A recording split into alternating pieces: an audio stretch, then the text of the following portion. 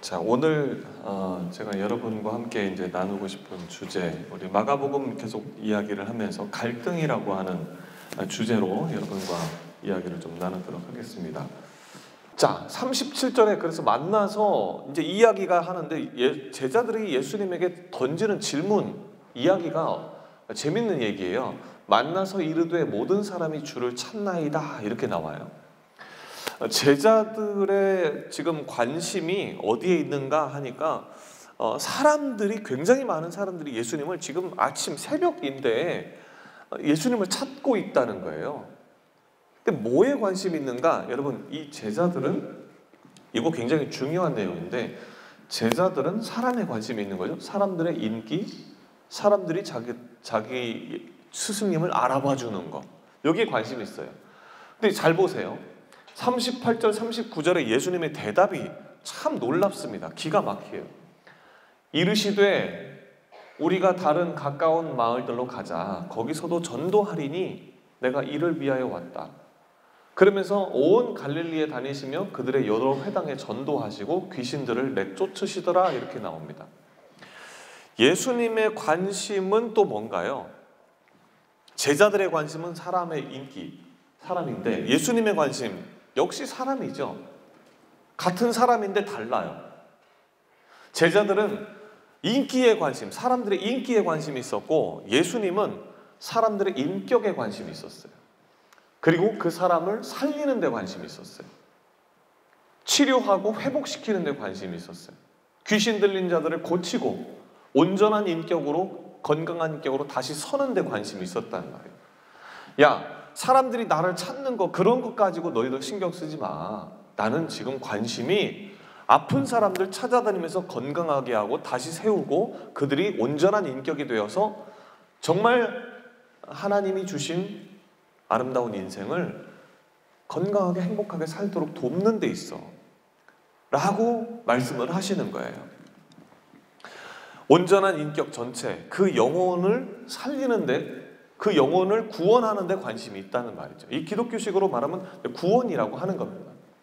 여러분, 우리가 구원을 말할 때 영혼의 구원이라고 교회에서 그렇게 표현하지만 사실 영혼의 구원이 아니라 전인격의 구원입니다. 몸과 혼과 영을 함께 구원하는 거예요. 근데 우리가 사실 많이 노예 생활을 하고 있죠. 여러분, 휴대폰의 노예가 돼가지고 휴대폰이 없어지면 불안해요. 영상을 안 보고 있으면 내 뇌가 불안해서 계속 보고 있어야 돼요. 그러니까 그거 외에는 다른 거에 기쁨이 없어요. 또 그런 사람들은 중독이라고 보면 됩니다. 그게 노예 상태예요. 노예 상태. 그렇게 하니까 결국 공부도 잘 안 되게 되고 성적도 안 나오게 되고 다른 어떤 새로운 내 창업 아이템을 공부를 한다고 할 때도 집중이 안 돼요. 왜? 휴대폰의 노예가 됐기 때문에. 100%입니다. 이거는 뇌과학에서 계속 얘기하는 부분들이 이런 부분들이에요. 여러분, 휴대폰을 그래서 절제하라는 얘기를 많이 하는 겁니다. 예수님의 관심은 사람이 그렇게 회복되는 데 관심이 있는데, 요한복음 3장 16절에도 이런 말씀을 하세요. 하나님이 세상을 이처럼 사랑하사 독생자를 주셨으니, 여기서 독생자는 예수님이죠. 하나님의 하나뿐인 아들이라는 뜻이에요. 저를 믿는 자는 멸망치 않고 영생을 얻게 하려 합니다. 하나님은 세상을 사랑하셨어요.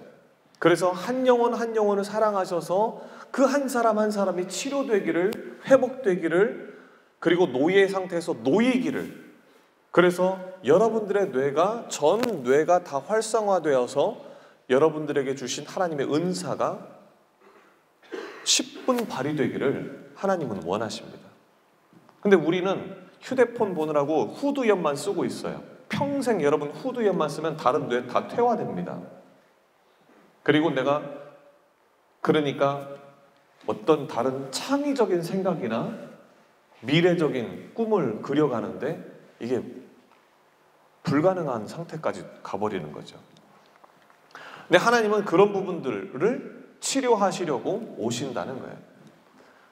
그래서 저를 믿는 자는, 여기서 저를 믿는 자는 할 때 예수님을 우리가 믿어가지고 예수님이 그 자기 신도들, 자기를 믿는 예수님이 교주가 돼서 자기를 믿는 사람들의 돈을 뜯어내서 자기가 누리겠다, 이게 아니라, 여러분 성경을 잘 읽어보면 예수님은 결국 33살에 십자가에 못 박혀 돌아가셨는데 인간들의 연약함과 죄를 다 짊어지고 이제 돌아가신 거죠. 그리고 그것이 나를 위해 된 것이라고 믿어지는 사람은 삶이 변하게 되어 있다고 하는 겁니다. 철이 드는 거예요, 한마디로. 쉽게 말하면 이런 겁니다. 여러분, 부모님이 나를 위해서 정말 고생 많이 하셨구나 라고 생각하는 순간, 그 고통이 쉽지 않았겠구나 라고 하는 그런 생각이 드는 순간 사람은 철이 드는 거예요. 그러면 나는 어떻게 살아야 되나 라고 하는 생각이 드는 것처럼, 예수님의 십자가 고난을 그렇게 이해할 수 있다면 그 사람은 변화될 수밖에 없다는 거 하는 것입니다. 그 사람은 구원받는 사람인 거예요. 자, 사람을 구분하는 아주 쉬운 방법. 여러분, 예수님이 어떤 사람인가, 제자들은 어떤 게 관심이 있었는가 하는 연장선상에서 이런 것들을 생각해 보는데, 직위나 명예나 인기에 치중하는 사람은 여러분, 이거 나쁜 사람이죠. 그런데 사람의 인격과 영혼에 관심을 갖는 사람, 그래서 그 한 영혼, 한 인격이 건강해지기를 바라는 사람, 거기에 관심을 두는 사람은 아주 선한 사람입니다. 사람들을 잘 보세요. 그래서 나랑 같이 단둘이 있을 때는 나를 개무시하더니 여러 사람 같이 있을 때는 나를 존경하는 것처럼, 대우하는 것처럼 그렇게 행동하는 사람, 그러면 인기 얻으려는 사람이죠. 이게 나쁜 사람입니다, 그런 사람들은. 지금 제자들의 관심은 거기에 있어요. 인기에 치중하는 거예요. 예수님의 관심은 그런 데 관심이 있는 게 아니라 한 사람 한 사람 살리는 데 관심이 있는 거죠. 그래서 여러분, 예수님의 제자였지만 예수님과 제자들의 생각이 판이하게 달랐습니다. 거기서 충돌이 일어나는 거예요. 갈등, 오늘 주제가 갈등이잖아요. 그 갈등이 거기서 일어나는 겁니다. 예수님을 따라다니면서 예수님과 함께 밥 먹고 자고 같이 동고동락하면서 지내고 있지만 예수님과 전혀 관심이 달랐던 그런 인물들이 제자로 마가복음에서는 그리고 있어요. 그게 어떻게 보면, 여러분, 지난 시간까지 제가 바리새인 종교 지도자들 얘기를 했지만 예수님은요, 적이 양쪽에 있어요, 지금. 그렇지 않습니까? 바깥에서도 예수님을 어떻게든 죽이려고 호시탐탐 노리고 있고, 내부에서도 예수님하고 뜻이 안 맞아서 지금 계속 예수님은 혼자서 양쪽의 적을 마주하고 있는 꼴이에요. 서기관 바리새인들이 외부의 적이고 하나는 제자들이 내부의 적인 거죠.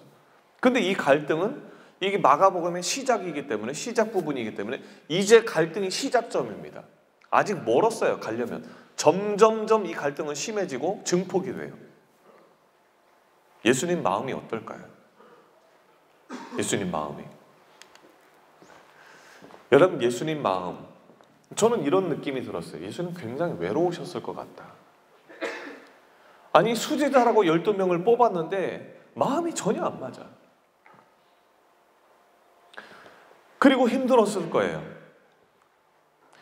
그리고 예수님은 그럼에도 불구하고 영혼들을 찾아서, 잃어버린 자를 찾아서 구원하려고 온몸을 다 던지면서, 그러면서 정면으로 계속 제자들에게, 또 외부의 적들에게 정면으로 계속 대응을 하는 그런 모습을 보입니다.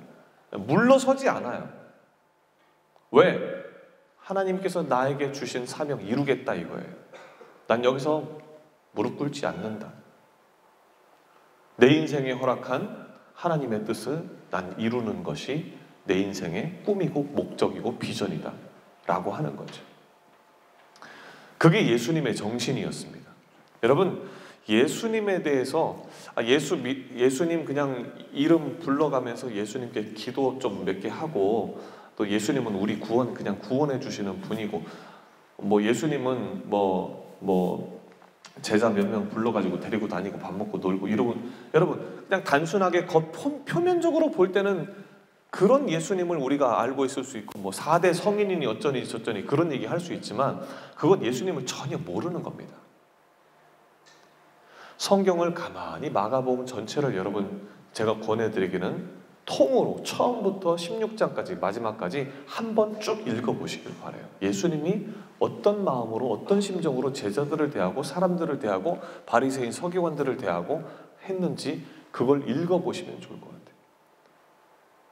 그러면서 예수님의 외로움도 예수님의 힘듦도 예수님이 제자들과 어떤 이 괴리감이 있었는지, 소통이 어떤 면에서 잘 안 됐는지, 제자들이 어떻게 예수님과 마음이 안 통했고, 서기관 바리새인들이 어떻게 예수님을 공격했고, 이 전체 내용을 깊이, 그러면서 예수님의 심정을 알아야 그래야 예수님을 제대로 아는 거예요. 여러분 그렇게 예수님을 좀 알아볼 수 있기를 바랍니다. 그 예수님에 대해서 눈이 뜨이는 사람은 인생이 달라집니다. 정말 배울 게 많은 분이시고, 어떻게 면에서 인생 전체의 멘토가 되실 만한 분이시고, 그리고 우리 인생을 이끌어 주시기에 충분한 그런 분이시고, 여러분들이 인생을 살면서 궁금한 점, 그리고 해결이 안 되는 점, 이런 질문들이 생길 때 예수님에게 질문을 하면서 그 성경을 한번 읽어보시길 바라요. 그럼 거기서 답이 나옵니다. 질문을 하면서 찾아보면 답이 나와요.